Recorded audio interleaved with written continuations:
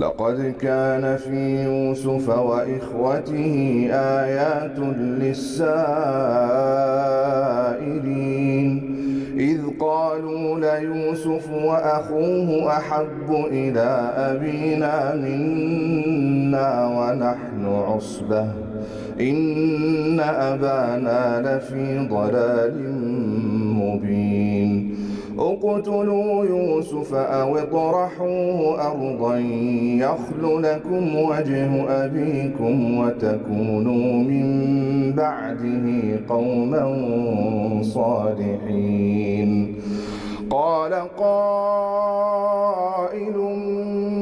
منهم لا تقتلوا يوسف وألقوه في غيابة الجب يلتقطه بعض السيارة إن كنتم فاعلين. قالوا يا أبانا ما لك لا تأمنا على يوسف وإنا له لناصحون أرسله معنا غدا يرتع ويلعب وإنا له لحافظون. قال إني ليحزنني أن تذهبوا به وأخاف أن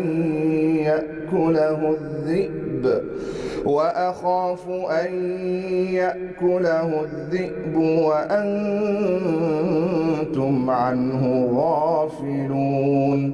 قالوا لئن أكله الذئب ونحن عصبة إنا إذا لخاسرون.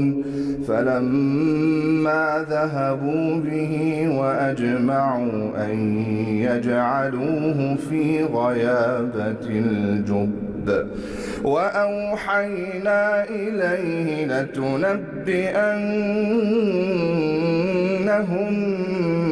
بأمرهم هذا وهم لا يشعرون.